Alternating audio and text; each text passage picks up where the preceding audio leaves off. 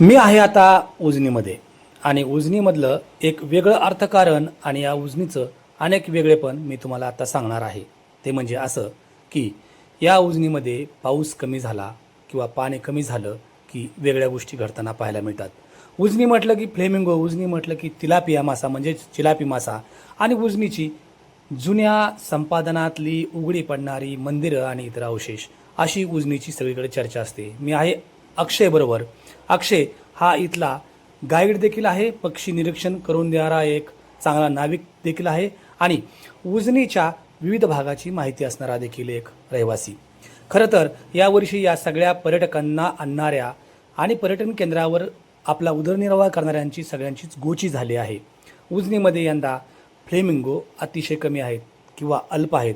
हजारोंच्या संख्येनं असणारे फ्लेमिंगो आता 20-25 वर आलेले आहेत आणि याला कारण काय आहे? याला कारण वेगळंच आहे.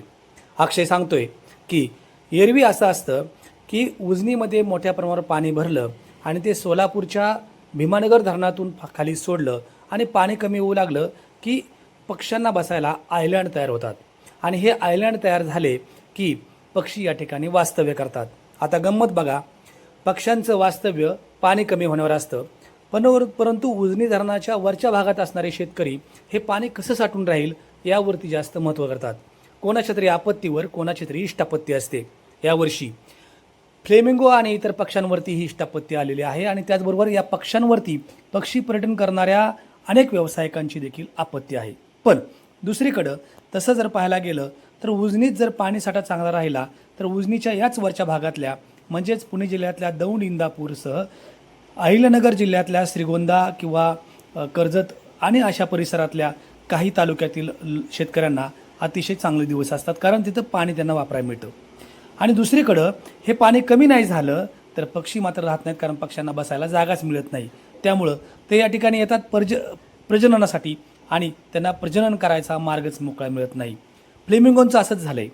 यावर्षी उजनी फार काळ पाण्यानं भरलेलं राहिलं आणि त्यामुळं जे वास्तव्य करायला पाहिजे होतं पर्यटनासाठी ते करता न आल्यानं फ्लेमिंगो निघून गेले आणि फ्लेमिंगो निघून गेल्यामुळं त्यांना दाखवण्यासाठी ज्या पर्यटकांना बोलावलं जातं त्या पर्यटकांचा हिरमोड झाला आहे आणि ते पर्यटक मात्र उजनीकडे पाठ फिरून आहेत.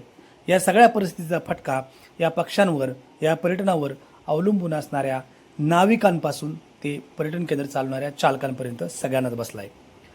उजनीचा हा एक वेगळा आणि विक्षिप्त किंवा विचित्र म्हणता येईल, परंतु हा अर्थकारणाचा व्यवसाय. म्हणजेच कसा तर उजनीच्या वरच्या भागात पाणी राहिलं तर शेतकऱ्यांसाठी चांगलं असतं, पण उजनीच्या वरच्या भागात पाणी कमी झालं तर पक्षी जास्त संख्येनं दिसतात, त्यांना खायला प्लवंग आणि इतर गोष्टी मिळतात आणि त्यामुळे पक्ष्यांचं वास्तव्य वाढतं आणि त्यामुळे पक्षी या ठिकाणी जास्त काळ राहतात आणि त्या पक्ष्यांना पाहण्यासाठी पर्यटक येतात. उजनीचा हा त्रिकोणी पण विचित्र असा एक तिढा, पण तरी देखील उजनी उजनीच आहे. या उजनीच्या भागात संपादन झाल्यानंतर जी गावं तशीच राहिली त्या गावांचे अवशेष उजनीचं धरण कोरडं पडायला लागलं किंवा पाणीसाठा कमी झाला की पाहायला मिळतात. यावर्षी फ्लेमिंगो नसल्यामुळं अक्षयसारख्या इतर अनेक जे पर्यटन केंद्र चालक आहेत, जे होडी चालक आहेत किंवा ज्याच्यावरती पर्यटनाच्या वर अवलंबून असणाऱ्या लोकांमुळं उदरनिर्वाहाचं साधन बनतं आणि उदरनिर्वाह होतो, अशा अनेक व्यावसायिकांना, घटकांना यावर्षी मात्र फटका बसला आहे.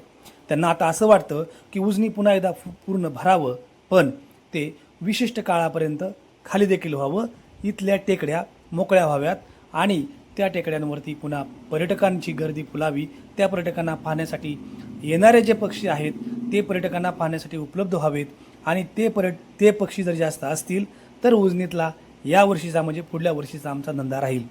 अन्यथा आमचा धंदा गेल्या वर्षी अगदी बुडीत झालेला आहे. 6,000 ते 8,000 मला आठवड्याला मिळायचे, ते आता मात्र मला अगदी 1,000वर आलेले आहेत आणि किंबहुना आता पर्यटक नसल्यामुळं आमची आता अवस्था वाईट झाली आहे, असं अक्षय सांगतो. अक्षयसारखे अनेक नाविक आहेत आणि अक्षय ज्या ठिकाणी त्या पर्यटकांना थांबवतो असे अनेक पर्यटन केंद्र देखील आहेत. या सगळ्यांचीच यावर्षी मात्र कोंडी झाली आहे. उजनीचं हे अर्थकारण व्यस्त प्रमाणातलं बदलताना पाहायला मिळतं, ते अशा स्वरूपात.